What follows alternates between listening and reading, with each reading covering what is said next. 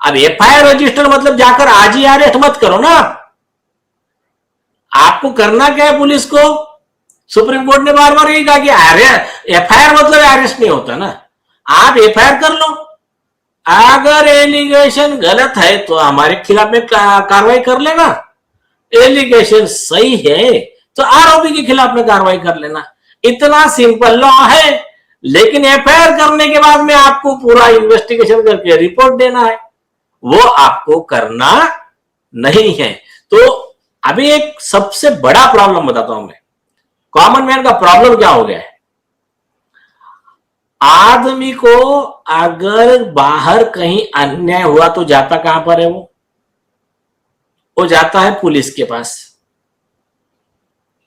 Police ने नहीं सुना तो पुलिस के सीनियर के पास, वरिष्ठ के पास, स्टेट के हाईएस्ट अथॉरिटी के पास, सबके पास जाता है। वहां उसकी बात नहीं सुनी गई तो कहां जाएगा आदमी? आदमी जाएगा कोर्ट में। बट कोर्ट ही जिस तरह से जस्टिस करना चाहिए वो छोड़कर डिले करेगा तो फिर कॉमन मैन करेगा क्या? ये बात और है कि हम लड़ ले रहे हैं, आप आवाज उठा रहे हो, इतने लाखों करोड़ों एसएसआर वॉरियर, दिशा के न्याय के प्रेमी, तो ये इतने लोग हैं, तब ये हाल हो रहा है। तो बड़े मैटर में कॉमन मैन का क्या हाल होता होगा, जिनके पास वकील नहीं, पैसा नहीं, मीडिया का सपोर्ट नहीं।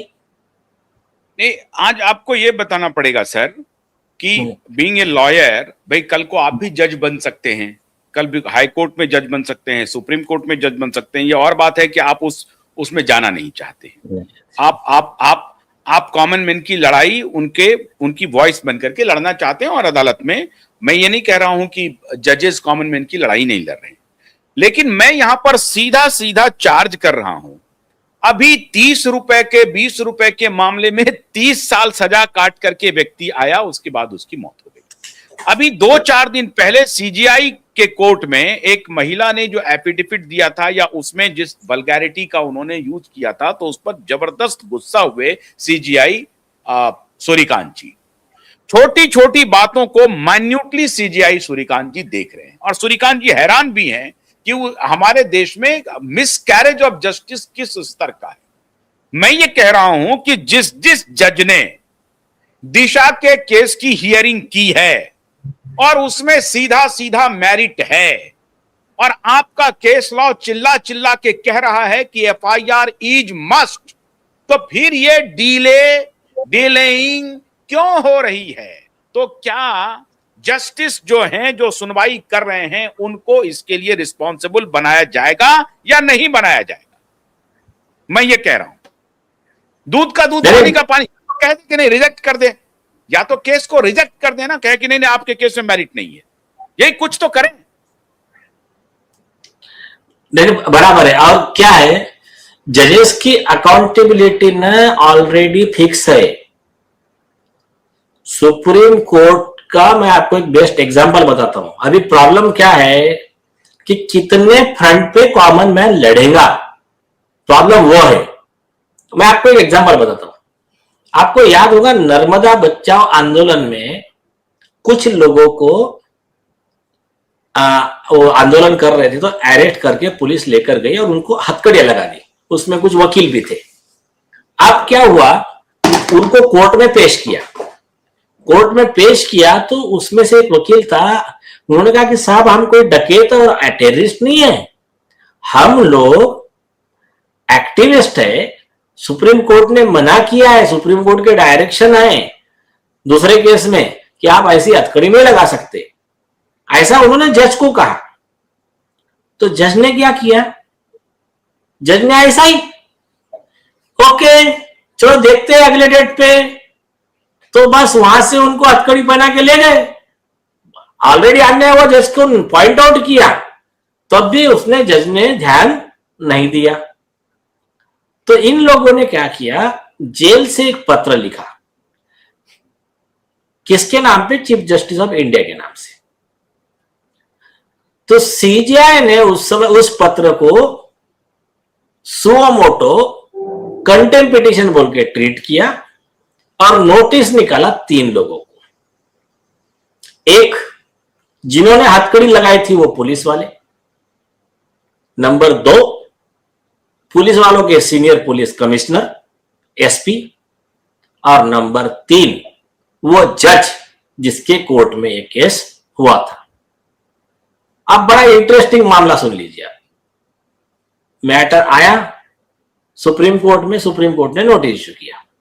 नोटिस इशू करने के बाद में रिप्लाई आया इनके, तो पुलिस वालों का तो घुमा फिरा कर रिप्लाई आया। कोर्ट ने कहा हमारे डायरेक्शन थे, उसका उल्लंघन हुआ, सुप्रीम कोर्ट के आदेश की अवमानना हुई। कमिश्नर का जिम्मेदारी था सुप्रीम कोर्ट में जवाब दाखिल करने से पहले इन लोगों के खिलाफ कार्रवाई करते, एफआईआर रजिस्टर करते पुलिस वालों पे, मतलब आईपीसी 220 या जो भी है सेक्शन, और फिर रिप्लाई एफिडेविट देते। उन्होंने वो तो नहीं किया, बल्कि पुलिस वालों की गलती को कवर करने के लिए घुमा फिरा के एफिडेविट दिया।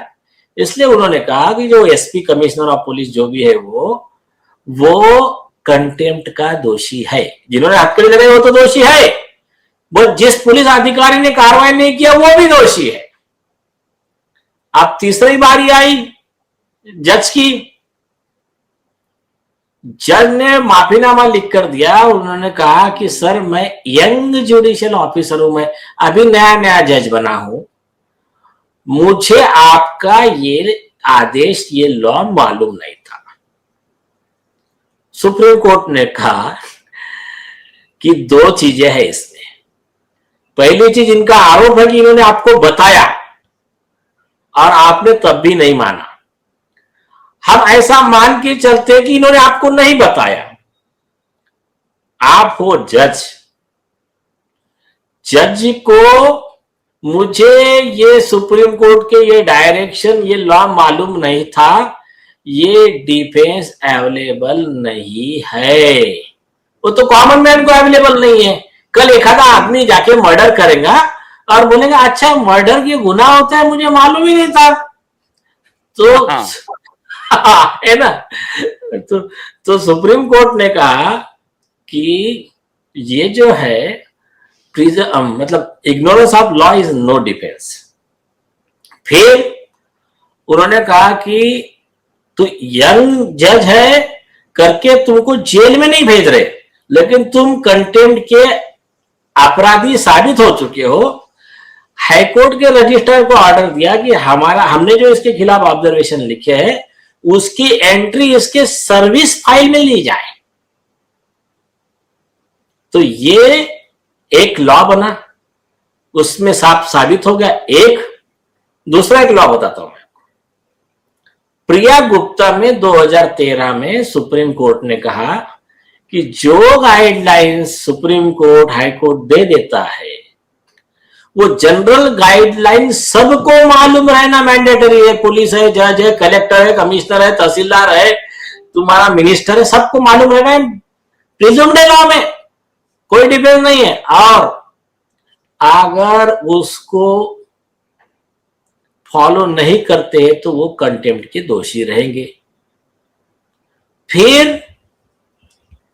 एक और इंपॉर्टेंट चीज है, आईपीसी के प्रोविजन है जजेस के लिए, जो अभी बीएनएसएस में भी आए, बीएनएस में आए वही।